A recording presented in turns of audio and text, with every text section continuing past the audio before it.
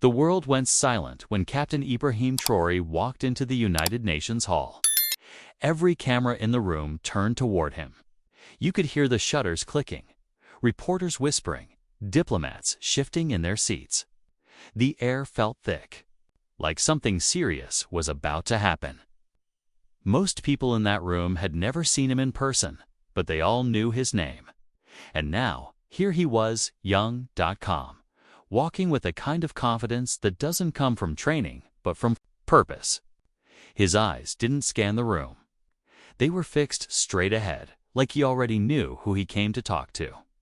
This wasn't some casual meeting. This was one of the most watched global gatherings of the year.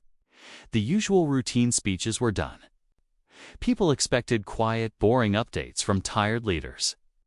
Not this time. Because when Traoré stepped in, the energy shifted. Everyone sat up. No one scrolled their phones anymore. This man wasn't here to shake hands or play politics. He came with something heavy on his chest, and the whole room could feel it. Ibrahim Traoré isn't your typical head of state. He's not wearing a silk tie or smiling for the cameras. He's a military man, a revolutionary leader from Burkina Faso, who rose to power not through elections, but through action. In a region long troubled by corruption and outside control, Traoré became a symbolist, especially to the youth. Not just in his country, but across West Africa. He speaks like someone who doesn't care for approval, only truth. And unlike many politicians, his words match what he does on the ground. For months, Traoré had been gaining attention, not just for pushing out foreign military forces from his land, but for standing up to systems that have controlled Africa for decades.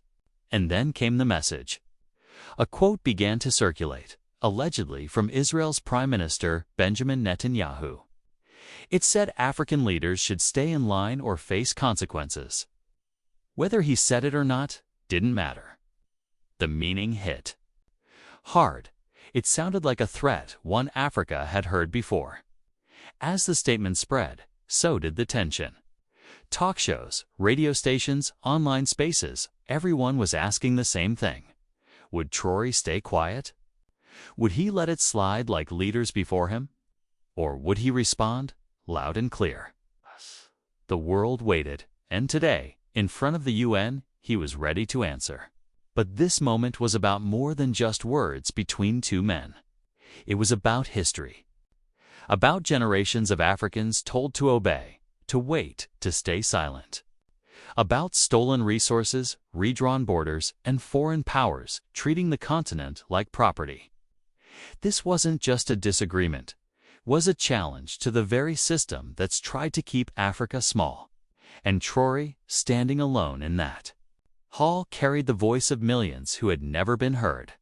This isn't just another speech. This is the moment the world realized that Africa is done whispering. What Traoré said at the UN didn't just make headlines, it shook the foundation of global diplomacy.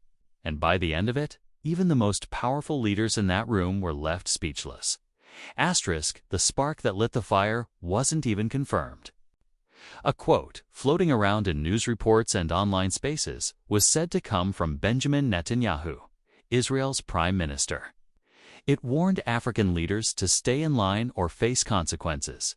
That one sentence spread like wildfire. It didn't matter whether he actually said it, because the message behind it was something Africa had heard for generations. The words carried the same old weight. A warning, a threat. A reminder of who's supposed to stay quiet and who thinks they're in charge. Across the continent, people felt it deep. In Mali, in Senegal, in South Africa, people didn't need anyone to explain it to them. It felt like a slap, a reminder that in the eyes of some world powers, Africa was still supposed to play by someone else's rules. The anger wasn't new. It had been building for years, maybe decades.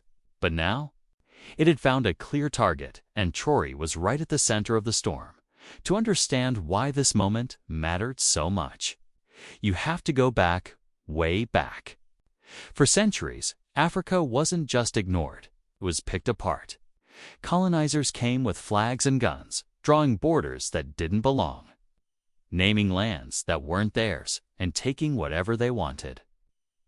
Gold diamonds, oil ripped from the soil while the people stayed poor. And even when the colonizers packed up and left, they didn't really leave. They just changed the game. The IMF came in with loans that dug deeper debt. Foreign troops stayed with promises of protection. Western companies kept mining and drilling. And local leaders were often pressured to look the other way. It wasn't just about the past, it was still happening. French military bases still sat on African soil. The West controlled trade deals, currency policies, and even election outcomes behind the scenes.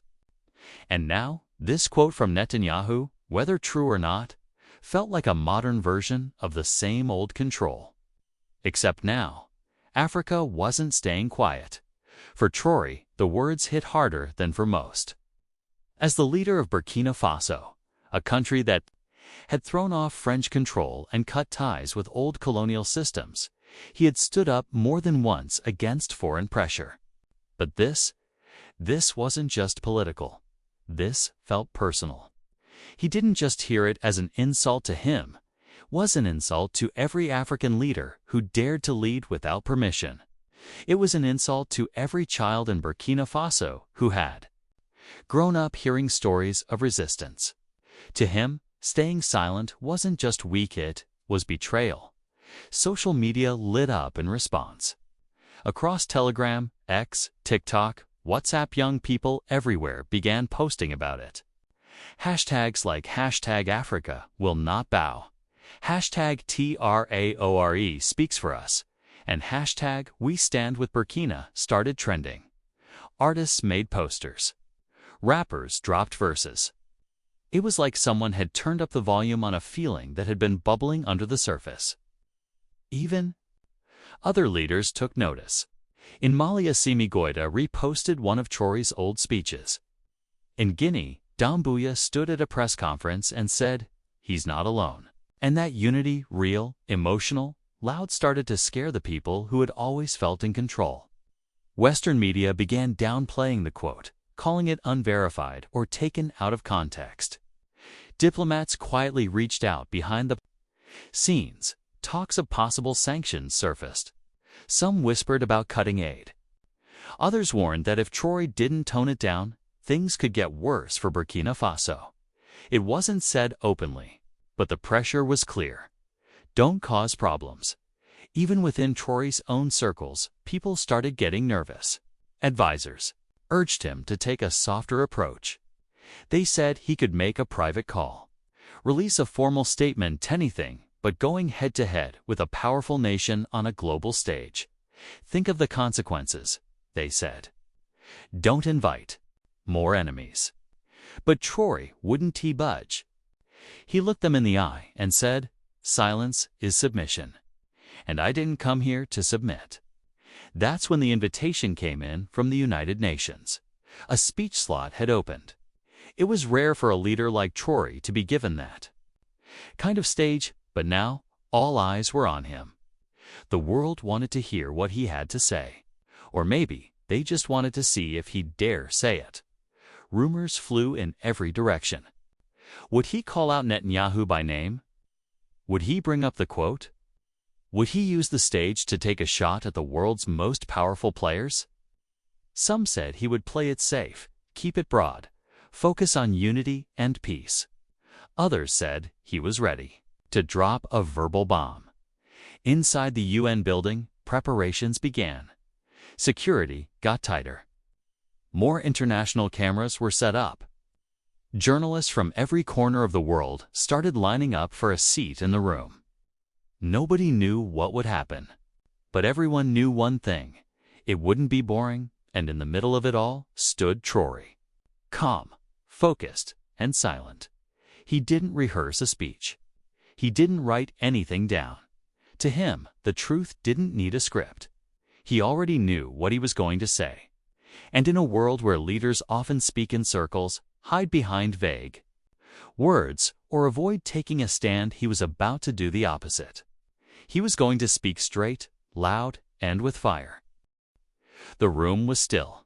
Not just quiet still. As Captain Ibrahim Traoré stepped up to the UN podium, there was no music, no introduction, no applause. Just the sound of his boots on the polished floor. Cameras zoomed in. Heads turned. For a few seconds, even the reporters in the back lowered their phones. Everyone felt it. This wasn't going to be a speech filled with polite phrases or safe words. Something real was about to happen. Traoré stood tall, without papers or a teleprompter. No script, no notes. Just his voice and the weight of a continent behind it. He looked out at the rows of suited leaders and diplomats and began with one sentence that cut through the silence like a knife. Let me speak directly to the one who thinks Africa still kneels. A wave of tension swept the room. No one moved. Some shifted in their seats. Others blinked like they weren't sure if they heard him right. But he continued, eye steady, voice clear, no fear in sight. He didn't pause to soften the moment. He didn't hide his meaning.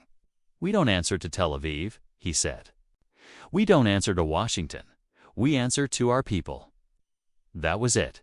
The moment he said it, you could feel the shift. Traoré wasn't speaking in theory. He was naming names. Not with anger, but with certainty. He spoke with the calm of a man who had been pushed too many times and finally turned around to face the ones doing the pushing. He didn't shout. He didn't need to.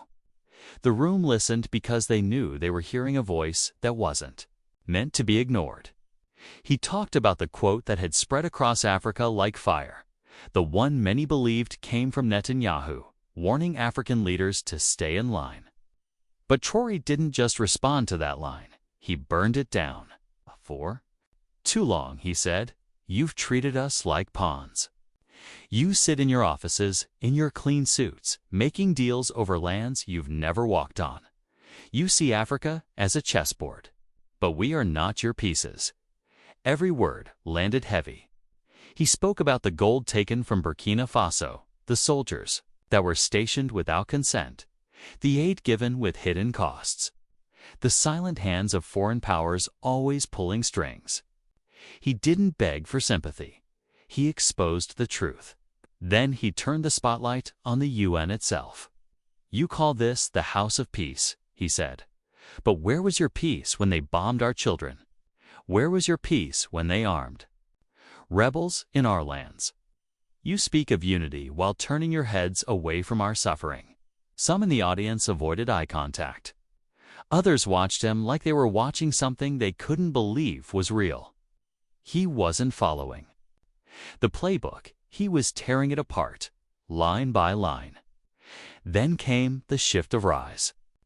We are not weak, Traoré said. We are waking. That's when he revealed what many had whispered about but few believed was true. The Sahel Alliance. A real growing partnership between Burkina Faso, Mali, and Niger. A military, economic, and political front. Built not around foreign aid, but around mutual defense, shared values, and independence. If you threaten one of us, he said, you threaten all of us. That sentence didn't just echo in the hall it reached across borders. It was a warning, but more than that, it was a line drawn in the sand. A line the world hadn't seen come from Africa in decades. He wasn't done. Traoré turned his body slightly to face the section of the room where other African leaders sat. He didn't yell at them. He invited them. With eyes filled with belief, he asked, "This is your moment too. Will you lead or will you kneel?" That question hung in the air like smoke. Heavy, honest. Some leaders lowered their heads. Others stared back, unsure of what to do. And then came the final blow.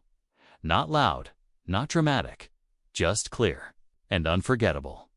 We are not your colonies. We are not your puppets. We are Afrikaans. We will not bow. The room reacted like thunder without sound. Some gasped. A few clapped quiet at first, then louder. Others stood up and walked out. Cameras flashed like lightning. Few reporters began live broadcasts. Right from their seats. Inside the UN, the tension broke, but outside, the storm was just beginning. News outlets rushed to cover the moment. Social media exploded. The clip of Traore's words was uploaded, subtitled, reshared, reposted. Millions watched it within the first few hours. Some called it the boldest speech in UN history. Others called it dangerous, but everyone agreed could not be ignored. Inside that hall, Ibrahim Traoré didn't just speak. He made history. And the world would never forget the day Africa stood tall and spoke without fear. The UN press conference that followed Traoré's speech didn't go as planned. Reporters shouted questions. Some diplomats walked out early. There was no response. From Israel, no comment. From the US or France, just silence. The kind of silence that comes when people don't know what to say or don't want to say anything at all. Western media tried to move past it quickly. A few headlines mentioned the speech, but only in passing. They called it controversial, unexpected, and bold, but they didn't focus on the message. They focused on the noise. Meanwhile, African media told a different story. Front pages ran with photos of Traoré at the podium. News anchors quoted him word for word. The message hit home. Then came the real wave, the internet. In just hours, clips of Traoré's speech were everywhere. On X, on TikTok, on Telegram groups across Africa and beyond. It's translated into Swahili, Arabic, French, Portuguese. Teenagers in Ghana were editing his quotes over rap beats.